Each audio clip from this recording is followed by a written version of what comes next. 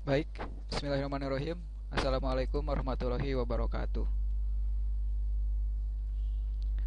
Pada kesempatan kali ini, saya akan menjelaskan materi tentang format dan prosedur pembuatan surat dinas. Ini merupakan materi kita yang kedua dalam bab surat dinas. Nah, sebelum kita memulai pelajaran kita pada pagi hari ini, agar pembelajaran yang akan kita laksanakan mendapat keberkahan, maka terlebih dahulu alangkah lebih baiknya kita berdoa. Berdoa sesuai dengan kepercayaannya masing-masing dipersilahkan. Berdoa dicukupkan. Baik anak-anak, sebelum Bapak masuk kepada materi pembahasan kita pada pagi hari ini, Bapak akan sedikit mengulas mengenai materi minggu lalu yang telah kita pelajari, di mana pada saat minggu lalu kita telah belajar tentang pengertian, fungsi, dan jenis surat dinas. Nah, maka sekarang kita akan melanjutkan kepada materi yang keempat dan kelima, di mana tujuan pembelajaran kita pada hari ini adalah siswa dapat mengemukakan prosedur pembuatan surat dinas dengan tepat dan benar. Nah, ketika kita akan menguasai tentang prosedur pembuatan surat dinas, maka terlebih dahulu kita harus menguasai dan harus paham tentang materi, format, dan juga bagian-bagian surat dinas. Nah, pertama, Bapak akan menjelaskan tentang format surat dinas yang umumnya digunakan pada aktivitas korespondensi di Indonesia, di mana secara umum terdapat 5 format surat dinas yang umum digunakan. Nah, bagian yang pertama Bapak tampilkan ini merupakan bagian format full block style, di mana dalam format ini semua bagian surat dinas diketik mulai dari sebelah kiri, semuanya rata kiri. Kecuali untuk kop surat atau kepala surat, dia boleh menyesuaikan. Artinya boleh ditulis rata kiri semua ataupun ditulis secara rata tengah. Nah, itu untuk format full block style. Selanjutnya, format yang kedua ada block style, di mana dalam penempatannya atau penulisannya sebenarnya format ini tidak jauh berbeda dengan format full block style. Hanya saja terdapat beberapa perbedaan. Lebih tepatnya ada 2 perbedaan. Yang pertama untuk untuk tempat dan tanggal pembuatan surat serta salam penutup tanda tangan itu diletakkan di sebelah kanan. Bisa dilihat ya oleh kita semuanya. Nah, ini tayangan merupakan bagian dari format surat block style. Ya. Jadi sebenarnya eh, kalau anak-anak masih mengingat, materi ini sebenarnya sudah disampaikan pada kompetensi dasar tata naskah surat menyurat bahasa Indonesia. Tetapi pada saat materi tersebut pembahasannya bersifat umum. Nah, sekarang pembahasan tersebut lebih disempitkan lagi atau lebih dispesifikan lagi ke dalam lingkup surat dinas seperti itu. Nah, ini ya penjelasan dari kedua format surat kita yang tadi. Baik, selanjutnya format surat yang ketiga ada semi block style, di mana bentuk surat ini sebenarnya hampir sama dengan bentuk lurus atau bentuk block style. Nah, perbedaannya adalah pada saat posisi penyusunan isi surat dan bagian alinea baru, dia pengetikannya itu di tab 1 kali atau menjorok ke dalam. Seperti itu. Dapat dipahami ya oleh semuanya. Baik. Format surat yang selanjutnya atau format surat yang keempat dan kelima ada bentuk surat resmi Indonesia Lama dan bentuk surat resmi Indonesia Baru. Untuk bentuk resmi Indonesia Lama, pengetikan nomor, pengetikan lampiran, dan hal diletakkan pada sebelah kiri surat. Kemudian tanggal surat diletakkan pada sebelah kanan atas dan alamat surat yang dituju diletakkan di bawah tanggal surat dengan baris pertamanya sejajar dengan perihal. Selanjutnya, untuk surat resmi Indonesia Baru, pengetikan nomor, lampiran, hal diletakkan di sebelah kiri surat. Sedangkan tanggal surat diletakkan sebelah kanan atas. Penulisan alamat surat diletakkan di sebelah kiri beberapa spasi dari bawah perihal, tetapi tidak sejajar dengan perihal. Untuk lebih jelasnya, anak-anak bisa melihat tayangan kedua bagan dari format surat tersebut. Baik, slide selanjutnya Bapak tampilkan kelima format surat yang telah tadi kita bahas. Nah, ini sengaja Bapak tampilkan semuanya untuk mempermudah anak-anak supaya bisa membedakan dari format surat yang satu ke format surat yang kedua baik maupun ke format surat yang selanjutnya. Di mana perbedaan dari format surat full block style kepada surat block style itu dia bedanya hanya penempatan tempat dan tanggal pembuatan surat serta tanda tangan. Nah, itu diletakkannya sebelah kanan. Selanjutnya, perbedaan dari semi block style dan block style itu bedanya pada saat pengetikan setiap alinea baru pada isi surat. Untuk memulai pengetikannya dia di tab 1 kali, atau dengan kata lain dia mulainya dengan menjorok. Sedangkan untuk perbedaan surat resmi Indonesia Lama dan Indonesia Baru, perbedaannya terdapat pada alamat yang dituju.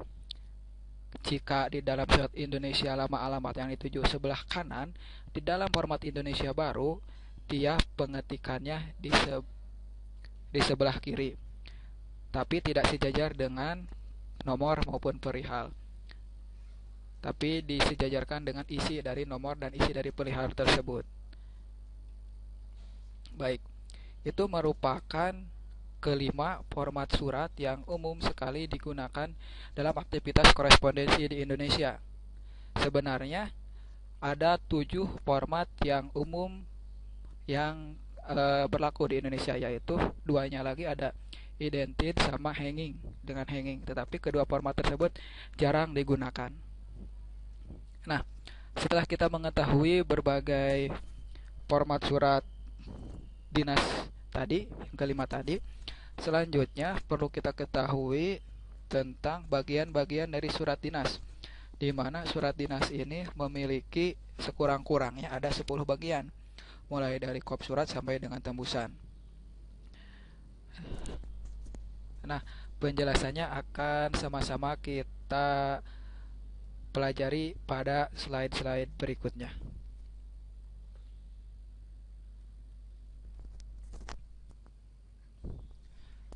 Baik, yang pertama kita akan sama-sama membahas tentang bagian surat yang pertama, ada kop surat atau bisa kita kenal juga dengan kepala surat. Nah, di dalam bagian ini, pada kop surat ini, dia itu berisi atau mengandung identitas dari sebuah organisasi atau instansi pembuat surat tersebut. Bisa dicantumkan nama instansi, alamat instansi, maupun alamat-alamat media sosial seperti fax, seperti nomor telepon dan lain sebagainya. Selanjutnya juga biasanya di dalam kop ini tercantum logo dari instansi. Selanjutnya setelah kop surat, bagian yang kedua adalah tanggal surat. Nah, tanggal surat ini pengetikannya setelah kop surat, di bawah kop surat. Untuk letaknya sendiri itu disesuaikan dengan format-format yang tadi telah kita pelajari. Ketika Anda menggunakan format full block style, berarti pengetikan tanggal pembuatan surat itu di sebelah kiri. Sebaliknya, ketika Anda menggunakan format block style, berarti pengetikan tanggal surat di sebelah kanan. Nah, Tanggal surat ini memiliki tujuannya sendiri, yaitu untuk memberi informasi mengenai kapan surat tersebut dikirim. Seperti itu. Selanjutnya kita lanjutkan kepada bagian yang ketiga, ada nomor surat. Dalam aktivitas korespondensi yang dilakukan di berbagai instansi, sebenarnya untuk pengetikan nomor surat ini cukup bervariasi, artinya disesuaikan dengan tata naskah dinas yang berlaku pada internet organisasi tersebut. Tetapi umumnya pengetikan nomor surat dinas ini seperti yang saya tayangkan, di mana eh, tiga angka yang pertama ini, yang 235 itu menunjukkan nomor urut surat yang keluar. Selanjutnya kode PP itu menunjukkan kode intern perusahaan. Romawi 10 menunjukkan bulan pembuatan surat, dan angka 11 itu menunjukkan tahun pembuatan surat. Selanjutnya bagian yang keempat ada lampiran, di mana lampiran ini merupakan sesuatu ataupun dokumen yang disertakan ke dalam surat. Contoh dari dokumen yang disertakan itu bisa daftar harga, faktur, fotokopi pembayaran, dan lain sebagainya. Ataupun misal dalam surat undangan, berarti kita harus melampirkan jadwal kegiatannya, susunan panitianya, susunan acaranya, dan lain sebagainya.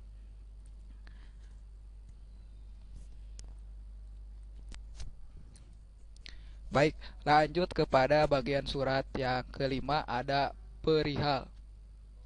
Nah, untuk bagian ini secara umum tata cara penulisan perihal ada tiga hal yang harus diperhatikan. Yang pertama, setiap awal kata ditulis dengan huruf kapital, kecuali kata depan dan kata tugas.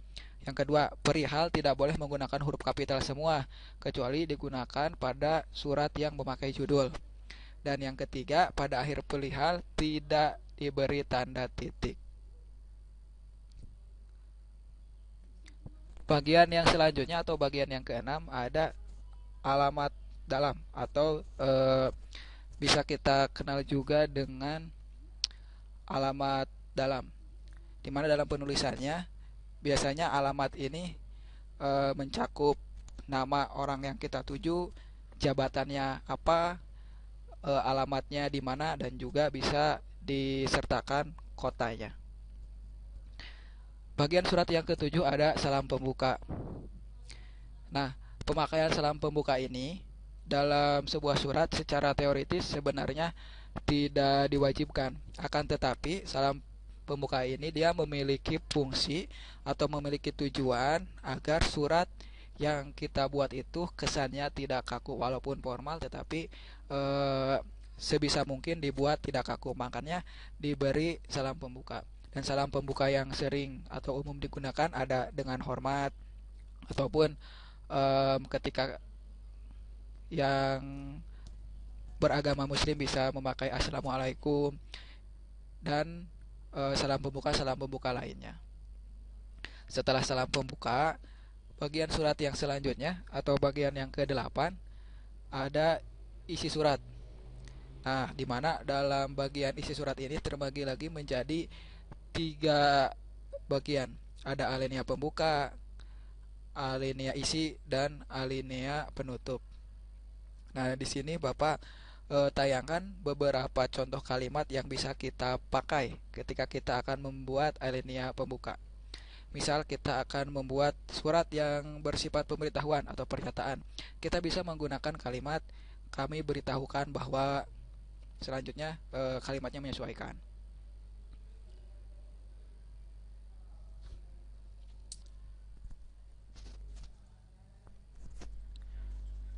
Oke, selanjutnya ada alinea isi, di mana dalam alinea isi ini berisi pesan maupun keterangan ataupun penjelasan dari masalah pokok surat yang ingin disampaikan oleh si pengirim surat. Dan hal-hal yang harus diperhatikan dalam membuat alinea isi, yaitu kita terlebih dahulu harus menetapkan maksud dan tujuan surat atau pokok pembicaraan. Selanjutnya kita harus merumuskan pokok pembicaraan satu persatu secara beruntut dan logis serta dalam kalimat yang menarik. Ketiga, penggunaan kata-kata atau kalimat yang menarik dan mudah dimengerti. Keempat, menghindari penggunaan singkatan kata dan istilah-istilah yang tidak bisa dipakai atau istilah asing. Selanjutnya, kuasai bentuk-bentuk surat dan cara pengetikannya. Nah, ini berarti ke 5 format yang tadi telah kita bahas di awal ya. Dan yang keenam, kita harus memperhatikan penggunaan tanda baca. Lanjut kepada alinea penutup, di mana alinea penutup ini biasanya berisi tentang harapan atas isi surat serta ucapan terima kasih kepada pembaca. Contoh kalimat yang bisa kita gunakan pada alinea penutup misalnya, atas perhatian saudara kami ucapkan terima kasih. Semoga jawaban surat ini dapat lebih meyakinkan tekad saudara. Atau kita bisa menggunakan, demikian laporan ini kami sampaikan, semoga mendapat perhatian saudara. Seperti itu. Itu untuk bagian isi surat. Lanjut kita ke bagian yang ke-9, yaitu ada salam penutup. Nah, ketika kita membuat salam penutup, berarti salam penutup tersebut harus berkaitan dengan salam pembuka tadi. Maksudnya apa? Ketika misalkan tadi kita menggunakan salam pembuka dengan hormat, berarti kita menutup atau menggunakan salam penutup hormat kami. Ketika misalkan kita memakai salam pembukanya assalamualaikum, berarti kita menggunakan salam penutup waalaikumsalam. Maaf, wassalamualaikum. Begitupun salam-salam yang lainnya. Dan bagian terakhir ada tembusan. Nah, tembusan surat ini bisa kita pakai ketika kita ada salinan yang harus diberikan kepada pihak lain yang berkaitan dengan isi surat yang kita buat. Nah, dalam penulisannya, tembusan ini ditulis sesuai dengan urutan jabatan. Jadi jabatan yang paling atas ditulis di nomor 1, dan nomor 2, nomor 3 dan seterusnya mengikuti. Oke. Nah, itu tadi kita telah selesai membahas tentang format dan juga bagian-bagian dari surat. Nah, selanjutnya dalam prosedur penyusunan surat dinas sebenarnya banyak sekali step atau banyak sekali tahapan yang harus kita lakukan ketika kita akan membuat surat dinas, misalnya cara pengetikannya, pengaturan margin, pemilihan font dan lain sebagainya. Namun hanya satu pokok dari prosedur penyusunan yang akan Bapak sampaikan, yaitu terkait dengan bahasa surat. Jadi dalam pemilihan bahasa surat, bahasa yang kita gunakan harus memenuhi 3 kriteria. Yang pertama ada lugas, jelas, dan yang ketiga ada menarik dan sopan. Kita akan sama-sama membahas 3 kriteria tersebut pada slide-slide selanjutnya. Yang pertama ada bahasa surat harus bersifat jelas. Apa maksud jelas di sini? Jadi maksudnya itu adalah bahasa yang kita gunakan harus mudah dimengerti dan terhindar dari salah tafsir. Nah, ini penting kiranya bagi kita untuk diperhatikan agar pesan yang ingin kita sampaikan kepada pembaca surat bisa tersampaikan. Ketika misalkan bahasa yang kita gunakan tidak mudah dimengerti, maka si pembaca surat pun akan kesulitan dalam mencerna tulisan dari kita selaku pembuat surat. Selanjutnya yang dimaksud dengan jelas di sini adalah bahasa dalam surat harus dapat menjelaskan siapa yang membuat surat dan siapa orang yang dituju dari surat tersebut. Selanjutnya dalam konteks jelas di sini berarti menggunakan kata-kata yang cermat, kalimatnya yang utuh, tidak menggantung. Berarti ketika kita membuat kalimat pada isi surat dinas, kita harus memenuhi unsur kalimat dalam bahasa Indonesia, yaitu subjek, objek, predikat. Dan yang terakhir yang dimaksud dengan jelas di sini terkait dengan menggunakan tanda baca yang benar dan tidak banyak menggunakan kata atau istilah asing.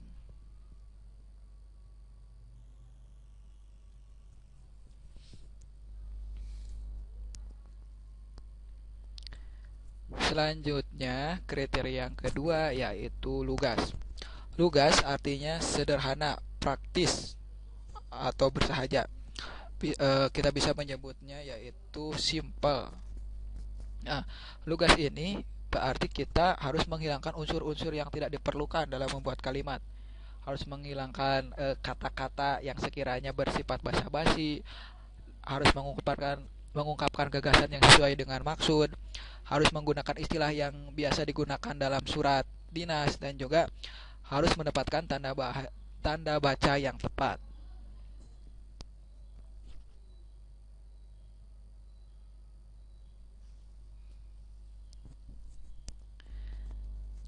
Terakhir, dalam bahasa surat, kita harus memperhatikan aspek menarik dan sopan. Maksud dari menarik dan sopan ini adalah bahasa yang hidup, bahasanya lugas, jelas, wajar, enak dibaca, dan tidak kaku. Selanjutnya, tidak menggunakan kata-kata yang telah usang. Nah, bisa juga diartikan menarik dan sopan di sini itu dia bahasanya menghindari pengulangan kata yang mengakibatkan nada surat menjadi monoton atau membosankan lawan bicara. Tidak menggunakan kata makian yang dapat menyinggung perasaan orang lain. Sudah jelas ya, ini haram berarti hukumnya ketika kita menggunakan kata makian, karena ini dapat merusak citra dari organisasi kita.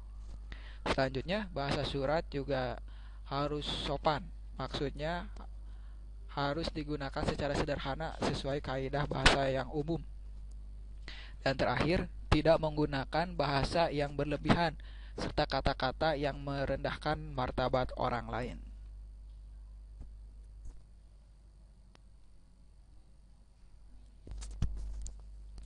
Baik, itulah ketiga materi kita pada pertemuan kali ini, kaitannya dengan format dan juga prosedur pembuatan surat dinas. Selebihnya, apabila ada pertanyaan yang ingin disampaikan, bisa disampaikan melalui Japri ke WA saya, ataupun melalui media-media lain seperti kolom komentar di Google Classroom ataupun media-media lain yang sekiranya menunjang. Saya harap apa yang tadi saya jelaskan dapat dipahami dan dapat dimengerti oleh anak-anak sekalian. Jadi, kesimpulan yang bisa kita tarik dari pembahasan kita pada pagi hari ini ada 3 poin. Poin yang pertama, surat dinas memiliki 5 format yang umum digunakan di Indonesia. Yang pertama ada full block style, yang kedua ada block style, yang ketiga ada semi block style, yang keempat ada bentuk resmi Indonesia lama, dan yang kelima ada bentuk resmi Indonesia baru. Selanjutnya, bagian-bagian surat terdiri dari 10 bagian. Nah, 10 bagian ini dimulai dari kop surat sampai dengan tembusan. Nah, bagian-bagian ini tentunya nanti dalam proses pembuatannya harus runtut. Artinya bagian nomor 3 ya berarti harus setelah nomor 1 dan nomor 2. Tidak boleh disusunnya secara acak. Dan yang terakhir, di dalam menyusun kalimat pada isi surat, kita harus memperhatikan 3 kriteria bahasa. Yang pertama ada jelas, yang kedua ada lugas, dan yang ketiga ada menarik dan sopan. Ya, barangkali itu yang dapat Bapak sampaikan pada kesempatan kali ini. Selanjutnya, pembahasan kita akan dilanjutkan pada pertemuan-pertemuan selanjutnya.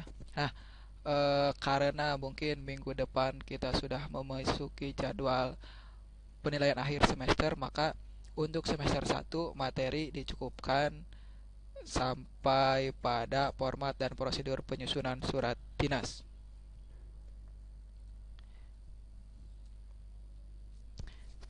Ya, terakhir Sekian dari saya, mohon maaf atas segala kekurangan dan keterbatasan. Semoga ada manfaatnya baik untuk saya pribadi maupun untuk anak-anak semuanya.